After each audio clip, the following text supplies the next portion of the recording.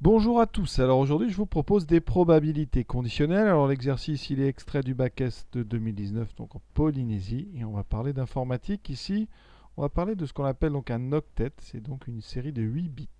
Et on va expliquer tout ça, parce que le sujet est très très simple, mais par contre il est très long. Un petit peu le défaut de cet exercice d'ailleurs, c'est la longueur du texte.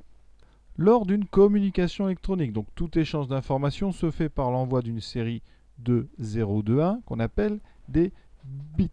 B-I-T. Alors quand il y en a plusieurs en S, c'est une contraction, ça vient de l'anglais binary, donc du français binaire, digit. Ça c'est les chiffres. Donc ici vous allez avoir donc un 0, 1. Et quand on en met 8, on forme donc une suite de 8 bits, ça s'appelle un octet. Octet, donc ça vient de octo, c'est 8. D'accord. Donc ici, on vous donne un exemple, 1, 0, 0, 1, 110. Ça, c'est donc un nombre qui s'écrit avec 8 chiffres, donc en binaire, c'est donc un octet. Quand on transmet donc ces octets par le câble électrique ou par l'onde radio, vous pouvez avoir des erreurs. D'accord. Et on va compter le nombre d'erreurs. Et on va donc d'abord s'intéresser à trois événements ici qui sont Z, E et D. Z, c'est les 8 bits de l'octet sont transmis avec aucune erreur. Ensuite avec exactement une erreur et ensuite plus, enfin 2 ou plus de 2 erreurs. Voilà.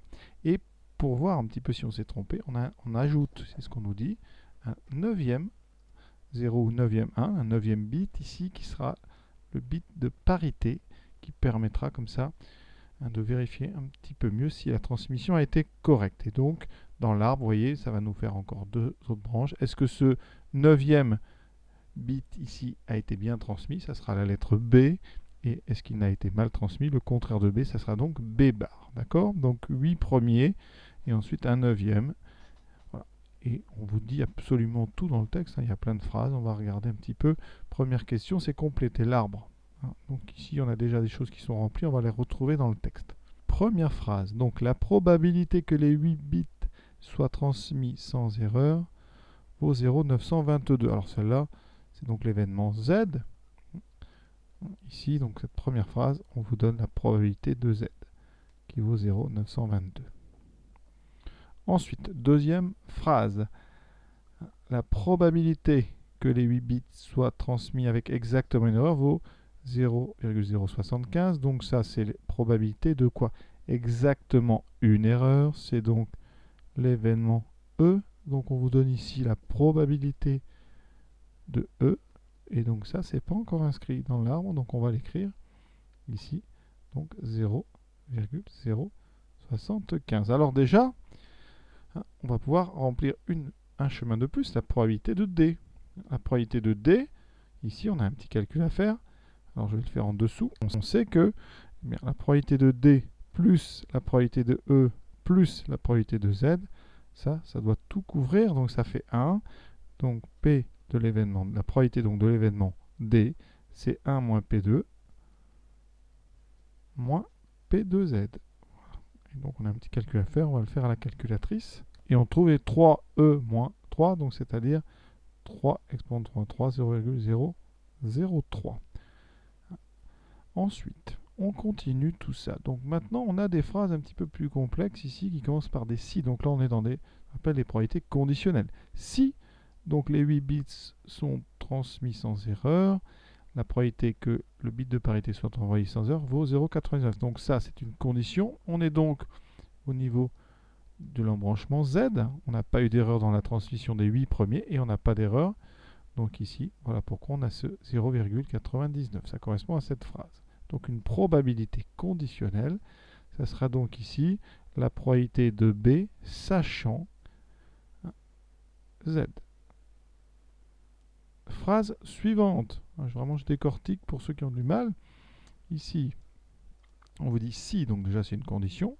Si on est dans l'événement une erreur, c'est-à-dire si on est au niveau de E, donc cette fois-ci on est à E, la probabilité d'emprunter le chemin qui va vers B, c'est-à-dire qu'il n'a pas d'erreur, est de 0,9. Vous voyez, c'est ce 0,9 qu'on a mis ici. On vous a donné la probabilité de l'événement B, mais par contre, sachant qu'on était avec l'événement E. Et donc ici, c'est 0,9. Il reste une troisième phrase ici.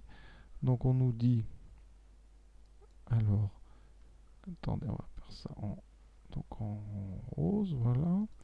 Si les 8 donc, sont transmis avec au moins 2, donc là on est dans l'événement D, la probabilité que le 9e soit envoyé sans erreur, c'est 0,99, donc ça n'était pas écrit. C'est la probabilité donc de B, sachant D. Donc ça, c'est le 0,89. Donc je vais l'écrire, ça n'était pas dans l'arbre. Et ce 0,89, il est ici. Tout à l'heure, on a calculé, j'ai oublié de le mettre, mais 0,003. Alors ici, par soustraction, on va pouvoir remplir tout le reste. On a fini. De toute façon, il n'y a plus de nombre, vous voyez, dans le texte. Donc 0,99 ici, ça nous laisse par complémentarité par rapport à 1, 0,01. Ici, 0,10, donc 0,1 et 0,0. Et l'arbre est entièrement rempli. On n'a plus besoin du texte à partir de ce moment-là. Deuxième question, quelle est la probabilité que l'octet soit transmis avec une erreur exactement? Alors, une erreur exactement, vous connaissez ça, c'est ce qu'on a appelé l'événement E. Et ensuite, il faut que le bit de parité soit transmis sans erreur. Donc ça, c'est l'événement qu'on a appelé l'événement B. Vous avez la présence d'une conjonction ici de coordination qui est le E, enfin le E. Donc ici, très très important, ça nous indique qu'on doit avoir les deux événements en même temps, et en langage de probabilité, c'est une intersection de deux événements. Donc ici, on cherche la probabilité de l'événement E inter B. Ça, dans l'arbre, je vais vous le montrer, c'est un chemin, donc ici, qui va parcourir E, puis B. Donc en termes de probabilité, si on veut vraiment rédiger, la probabilité de E inter B, c'est la probabilité du première sous-branche qu'on rencontre, donc E, par la deuxième. Donc ici, c'est donc une branche qui va de E à B, c'est donc la probabilité P de B sachant E. Tout simplement, donc on passe par 0,075 et ensuite on multiplie par 0,9. Donc on prend la calculatrice, 0,075 fois 0,9. On nous dit au départ du texte, les probabilités demandées seront précises à 10-4, donc on va garder tous les 4, ici 0,0675. Troisième question, calculer la probabilité de l'événement B. Alors, ici, l'événement B, il est, quand on regarde dans l'arbre, il y a trois façons d'arriver en B, soit ici, ici ou là. Donc l'événement B, il va être coupé en trois sous-événements. L'événement B par ici, vous voyez ce que je fais en jaune en ce moment, ensuite en vert et en bleu. Et donc on va découper la probabilité de B en trois probabilités. La première, ça sera donc Z inter E, ça c'est quand on emprunte le chemin en jaune, plus la probabilité du chemin vert, donc E inter B, qu'on a calculé juste avant, plus la probabilité du chemin que j'ai mis en bleu, D inter B. Quand on utilise ça, on doit préciser qu'on utilise la loi, ou ce qu'on appelle la loi des probabilités totales. On a utilisé ce qu'on appelle une partition. L'ensemble, l'univers est découpé en trois, Z, E et D, qui sont disjoints. Donc si on doit représenter l'univers, il est comme ceci. Donc on a trois zones, Z, E et D. Et votre événement, en fait, ici, B, il est un petit peu à cheval sur les trois. Et donc il est découpé en trois. C'est pour ça qu'on découpe les probabilités en trois. Et ça se voit très bien dans l'arbre. Et après, qu'est-ce qu'on a comme inconnu là-dedans? Eh bien uniquement P de B, parce que les autres, on peut les calculer exactement de la même façon qu'on a calculé dans la question 2. Donc, ça va nous donner P de B, qui va être égal à P de Z inter B. Donc là, c'est 0,922 fois 0,99, plus P de E inter B qu'on a déjà calculé, on ne va pas le refaire, plus P de D inter B, donc c'est 0, vous voyez sur l'arbre, je parcours le chemin bleu, je pars donc principe multiplicatif, je rencontre 0,003, je multiplie par 0,99. Là, la calculatrice va faire le reste. Donc ici, on a donc du 0,922 fois ça.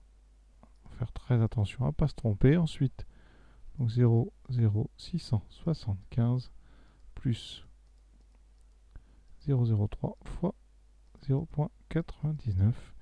Et la probabilité de B, c'est donc, alors on doit arrondir à 4, on va arrondir au-dessus. Quand ça finit par un 5, normalement on arrondit au-dessus. Voilà, c'est une sorte de règles comme ça qu'on a. Donc ça fait 0,98, 33. Voilà, on a terminé cet exercice. Cet petit exercice est déjà terminé. Je vous souhaite une bonne fin de journée à tous.